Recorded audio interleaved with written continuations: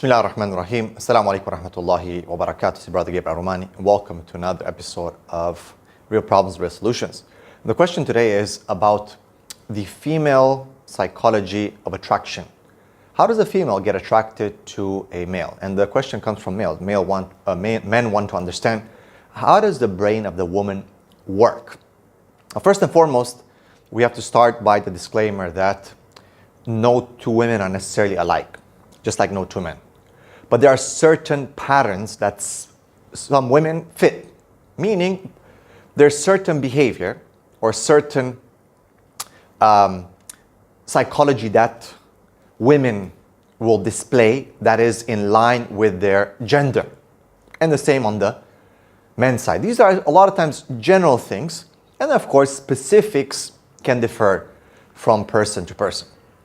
So you cannot say that two women are exactly the same in the way they feel attracted, for example, to a man, in their sexuality, and so on.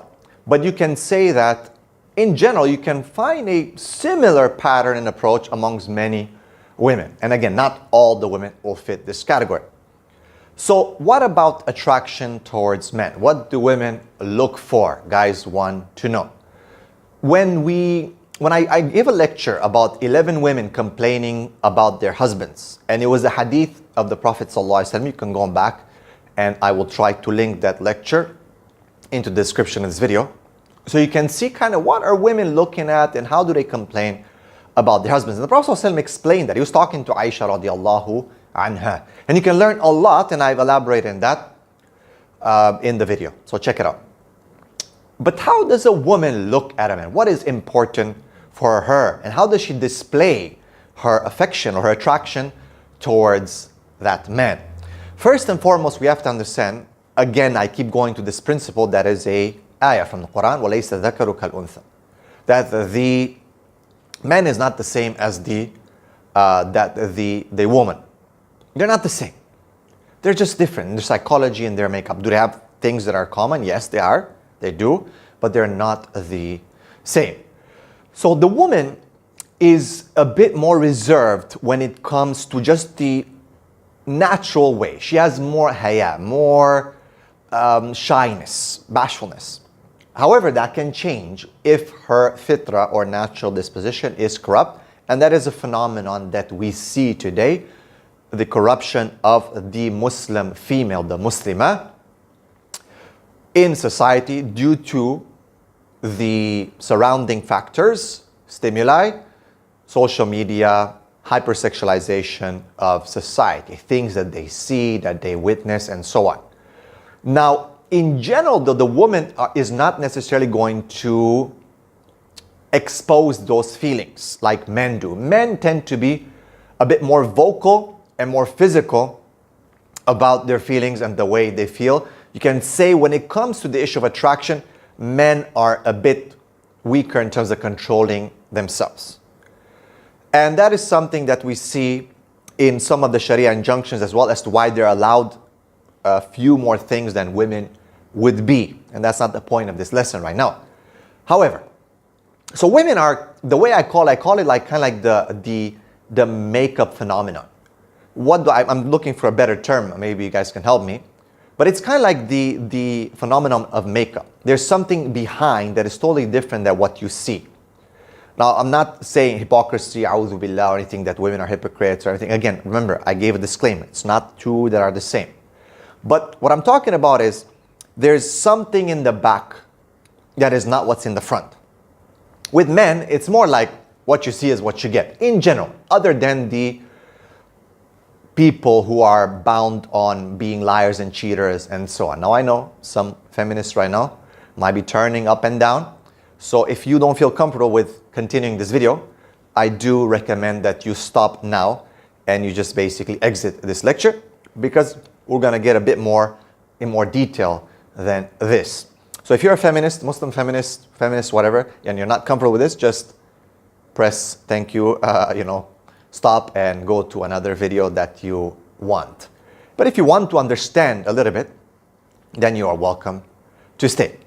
So the makeup phenomenon is basically what's behind the makeup is totally different, and sometimes totally, totally different, 180 degrees different. And don't get upset, sisters. I know sisters have, we discussed this issue of lack of confidence and insecurities, and we've addressed that, how society tries to destroy women today with that, with the standards of beauty that they put. But that's not the point of this lecture, again. Now, what do I mean by the makeup phenomenon? So women, they're not going to fully express how they feel, especially about their sexuality and attraction.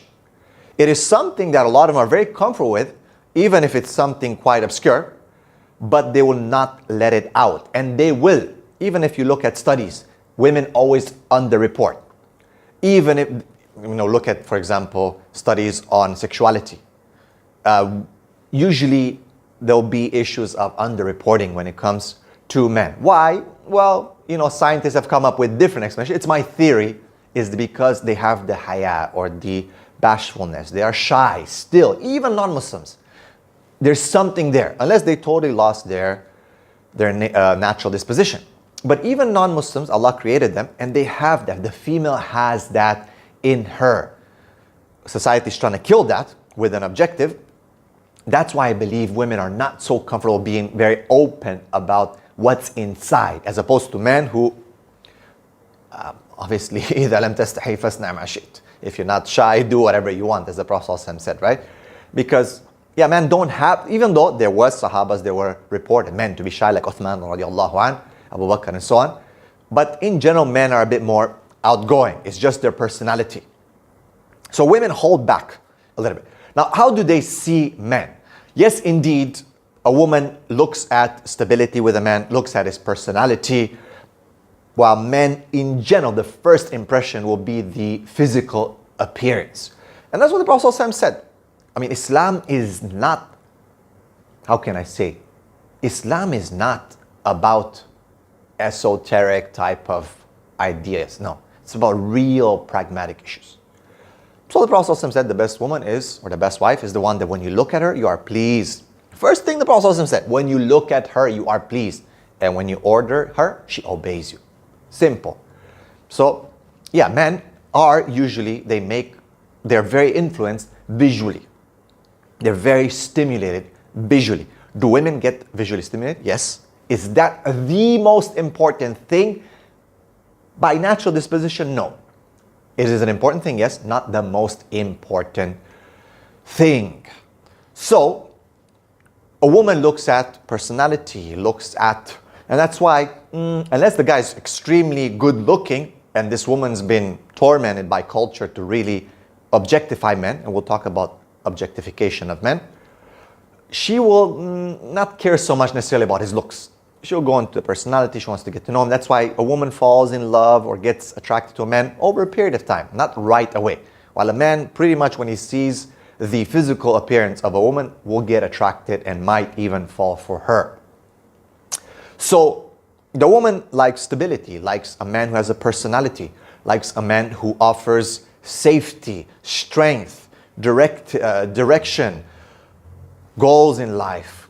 So there's a more, you can say, comprehensive package that she is looking for. She looks at finances. She looks at stability from a financial perspective and materialistic perspective, because it's built in her, as she is created by Allah to be more of the homemaker, right? She is there in the house, the kids, so she needs safety and security. While the man is a bit more outgoing, obviously because he is being created to be out there and to be the provider. But does that mean that women don't care about, good looks? They do care about good looks. Do women objectify men? Now, a very important point that you have to understand here, and I always make this point in my lectures, I say Islam comes with a few different angles when it deals with human behavior. So, when we look at the psychology of the human being from an Islamic perspective, through the eyes or the lens, let's say the lenses of the Quran and Sunnah, we find that we have, when the fitra is uncorrupted, so the human being, in this case the female, is according to following the Sharia, and when this person has stepped outside of the boundaries of Sharia, so it's more like, so preemptive and then damage control. So I think for us in the 21st century, especially for Muslims living in the West and in the East right now with social media, with satellite dishes and all the available culture that has created this global village, I am almost, how can I say, confident in saying that most men and women that we're dealing with are or have been affected by this globalization, materialism, hedonism, following desires, and so on. And it is the dawah of shaitan. Shaitan has reached us through different means. So when you look now at a female and you ask yourself a question as to how does she get attracted to a man, it's not the same that you might have asked 100 years ago or 500 years ago or 1,000 years ago. Could have been some shared elements? Yes. But I think that even on the female side, right now, the objectification, the appearance, the sexualization of male is important. You do find a big double standard. So when men now, and this is part of the attack, when men now, if they ever describe a female, saying that maybe she's like this, she's like that, I want a bit skinnier, a bit this, a bit that, that will be something called, I think, body shaming. And men are attacked for that. If the woman says, oh, he's got, six pack and look at those arms, and they do say that. Now I know some sisters, again, if you're not comfortable, you can turn it off. But a lot of sisters will put that on their list. Why? Is that because it's part of their fitra? Yes, women do like to have a handsome man. But it's also because they've been conditioned through the films of these famous actors and handsome actors, men, who play a certain role that is obviously not real. But the way the brain reacts is that the woman gets infatuated with, you can say, not who that person is, but what he is or what he represents. Does that make sense? So in that movie, he is this. So what is he? He is this hero, this bad boy. So she's infatuated with that. That changes her and her perception of males and what she looks for. She might not even know it. It's subconscious. And next time she will assess a male for the possibility of marriage, she will, without knowing, be affected by that dormant stimuli or that experience that she had by watching that film. This is just one example. Imagine going through years, 10, 15, 20 years of being conditioned that way. So no doubt she will say, I want him to have a six-pack or tattoos, or of course tattoos haram, I know that. I'm just talking about the bad boy thing. Girls, even Muslim girls, they like the tattoo, the scruffy, the roughy, the clean, the dry, whatever. Men, they have a certain picture depending on what they felt infatuated and what they've been exposed to. And in many cases, for example, some clients that I deal with, they report marrying, because their family pushed them to marry, a guy that they did not feel attracted to whatsoever. In the words of one of the sisters, I feel disgusted if he touches me or looks at me in a desire way. Of course, you will judge her and you'll say, astaghfirullah, she should fear Allah. I agree with you. But that does not take away from her experience that she's had years ago, that she's been conditioned by society and the external stimuli of social media, movies, whatever you might have you, Bollywood, Hollywood, and so on. You have to understand. We need to understand. If we don't understand, we can just point fingers and judge. And yes, it is correct. I mean, that does not absolve them from the blame and so on. But to understand where they're coming from. Are they entitled to have a certain guy that they like or a certain type of guy? Yes, they are. There's nothing wrong with that. But we just need to understand where it comes from and to compare that to if their fitra would be uncorrupted, maybe 100, 200 years when there's no so much stimulation and exposure as there is today. So yes, they want the six-pack, they want the biceps, they want the tall guys. They do want, there's a concept called hypergamy where basically women tend to hit higher on the scale in society, the qualifications of the men, the looks, the money, and so on and so forth. But do they objectify men? Again, I'll go back to the issue of what versus who. Who is that guy, his personality, and so on. Does it really matter as much as it did 100 years ago? I would say no. Even though there are women who will disagree and say, no, for me, it does. And I agree with that. But there is a wave, let's say. And I will show you now, as you can see on the screen, you will see when this man visited London. His name is, all of them know him, but I'm not showing him. But this is what happened when he visited London. Okay, he is a Muslim blogger. I'll leave his name out because people get very sensitive when I mention names. And no matter what, it's like, oh brother. So they turn off, so I'd rather leave it right now. But you can see the screen. This is when he visited London. And look how your Muslim sisters, the daughters of Muslim brothers, who are good Muslims maybe, Allah knows best obviously, not one, two, but a lot of them, and how they reacted. Why? Because they've been infatuated by what he is, what he represents, his success, his popularity. They don't know him. They've never talked to him, some of them. This is the first time they came to, maybe even in this event, they did not see him because he ran away, because some brothers tried to catch him. For whatever reason, that's not my business. However, these big wave of women, sisters, some guys around as well, acting a bit weird, behaving this way because they're infatuated by what he represents, his videos. They think he is cute, he is handsome, but his personality that he displays in these videos is the what that they are very attracted to. So yes, women will objectify men. Yes, women will look at these things. Yes, women will be attracted by their image, by their display of bad boy type of character or personality. That is, again, connects to some of the action videos that they've seen, the Hollywood, the Bollywood, the whatever, in which they kind of stood there and were like, wow, look at this. Because the action is so powerful. It's an hour and 20 minutes maybe, this film. But it has a huge impact on the way these women see men. And of course, the way men see women as well. So do women objectify men? Yes, in the 21st century they do. Do all women objectify men? No, I didn't say that. But now there's a huge growing trend, right? Calendars of firefighter men with big muscles and six packs and all kinds of things. Things that men would do to women usually, these pictures and whatever, calendars. Now it's happening. Of course, the feminists did not want to stay behind in conserving the shyness of the female gender. They pushed, and they're now wanting to catch up with this kind of behavior.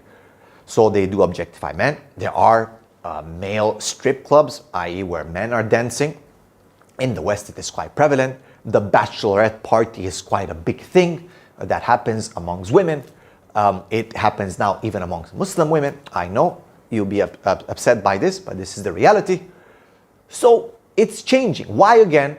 What's the one element that's in common here for everyone? Is of course Shaitan. Shaitan is very smart. He will come up. He's basically very patient. He studies the psychology of the human being, the changes in trend and cultures. He influences things. Through his waswasa, he influences the person who can influence others. That's why they're called influencers. And I'm sure that he influences them on a regular basis. And then they influence us because that's what we look, sweep, whatever, swipe, left, right, and so on.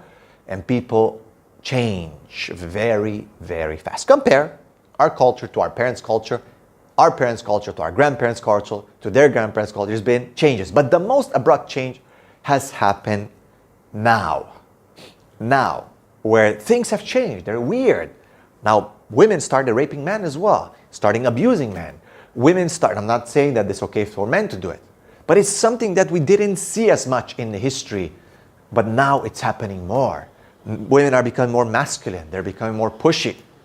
And the question is again, why and what can we do about it? But anyway, the objective of this video was to show you that in the 21st century, women do look for what the man is. They do objectify men. They will not necessarily fully show those emotions. It's more like, as I said, the makeup phenomenon. What's inside doesn't really come out, except, and now want to make here an important point that I've spoke before about, when there's diffusion of responsibility. As you've seen in the video that I showed you, it's because there was a group of women. Women, when they are in the group, when they go for their bachelorette parties or to the strip club or whatever, they really reinforce and help each other in transgression. If one or two who are a bit more wild, they start acting up, then the other ones are going to follow. The same thing that happened maybe in this video, couple of girls who are maybe a bit more corrupt, start screaming, running, trying to grab the guy, and then everyone just followed. This kind of behavior in psychology is called diffusion of responsibility, or the group, the psychology of the group. Basically, people going, when they're in a big group, you don't feel like I'm the only one doing something wrong. This kind of psychology, this kind of approach has been very, very prevalent throughout the history of mankind when it came to huge crimes that have happened. Now, here I'm not talking about crime, but indeed it is haram. But that's the mentality. That is the phenomenon, right? We're in a group, we're more than one woman, let's all misbehave now. It happens, you've seen it, and it is a reality. So going back to the question of the brothers, what do women look for in a man these days? Yes, they look for character. Yes, they look for personality. Yes, they look for wealth, stability, security, safety. But they do look for looks and for what this man is. Who is he? But what he is, what he represents. What is his position in society, his money, the issue of hypergamy, as I said. These are real and important things. Why am I saying this? Well, for men, they need to understand the psychology, because a lot of men report that they cannot get married anymore. Women as well. But a lot of men now, they're scared to get married. They don't want to get married. What's the solution? Well, the solution is always to return back to the Quran and Sunnah. We are dealing with damage control, however. So can men take a bit more care about their personality? Yes. Can they take care a bit more about their physique and their looks? I believe so. I believe it's important. Can they have a more dominant approach and image as a whole? I believe so. I believe it's still okay and halal to do so in order to, obviously, to attract a good spouse. And the vetting before the marriage is very important, that things get opened up and discussed, that nothing gets left to, I don't know, maybe I thought so. Now again, we're talking about fitra 50 years ago, 100 years ago. It's totally different. It would have been courtship would have been a different thing. And today, where people are courting on applications and all these things. Be careful that things are clear, open. Present yourself in a halal manner, but in a proper manner. There were some of the companions, the Prophet ﷺ, they had a very strong image and character, mashallah. And definitely when you read their lives in the description, as a personality, they were very attractive, very stimulating, mashallah, very masculine. And indeed, women were looking at them. There is even one Sahaba that he was very, very handsome to the point that, and there's some reports that he was not allowed to move that freely, or he would have to cover, because his demeanor, his looks and so on were very attractive and causing fitna to the women of the city of Medina. So these are things we need to consider. Again, I think people get a bit oversensitive when we discuss this, but when you bring evidence from the Quran and Sunnah, from the life of the Sahaba, and you look at these things, I think people need to understand that Islam is pragmatic. Islam is about reality, because it is a deen of fitrah. And we're discussing these issues just to educate the young men and women to understand at least each other's psychologies. The fitrah, which was at one point clean, how is it today? Is everyone corrupted? No. Are some people corrupt? Yes. That's just the reality. But does that mean we write them off? No, we need to deal with it. That's why I said damage control. Sharia addresses the issues of damage control and takes care of these things. Well, hopefully, tazkiyat nafs and purification of heart can remove some things and take us closer towards the natural fitrah, inshaAllah. So, barakallahu fikum. May Allah subhanahu wa ta'ala bless you and protect you. And if you like these videos and enjoy them, please check the description and become a patron or join the membership on YouTube to help me create more videos and share with everyone so they can be educated. Barakallahu fikum. Assalamu alaikum wa rahmatullahi wa barakatuh.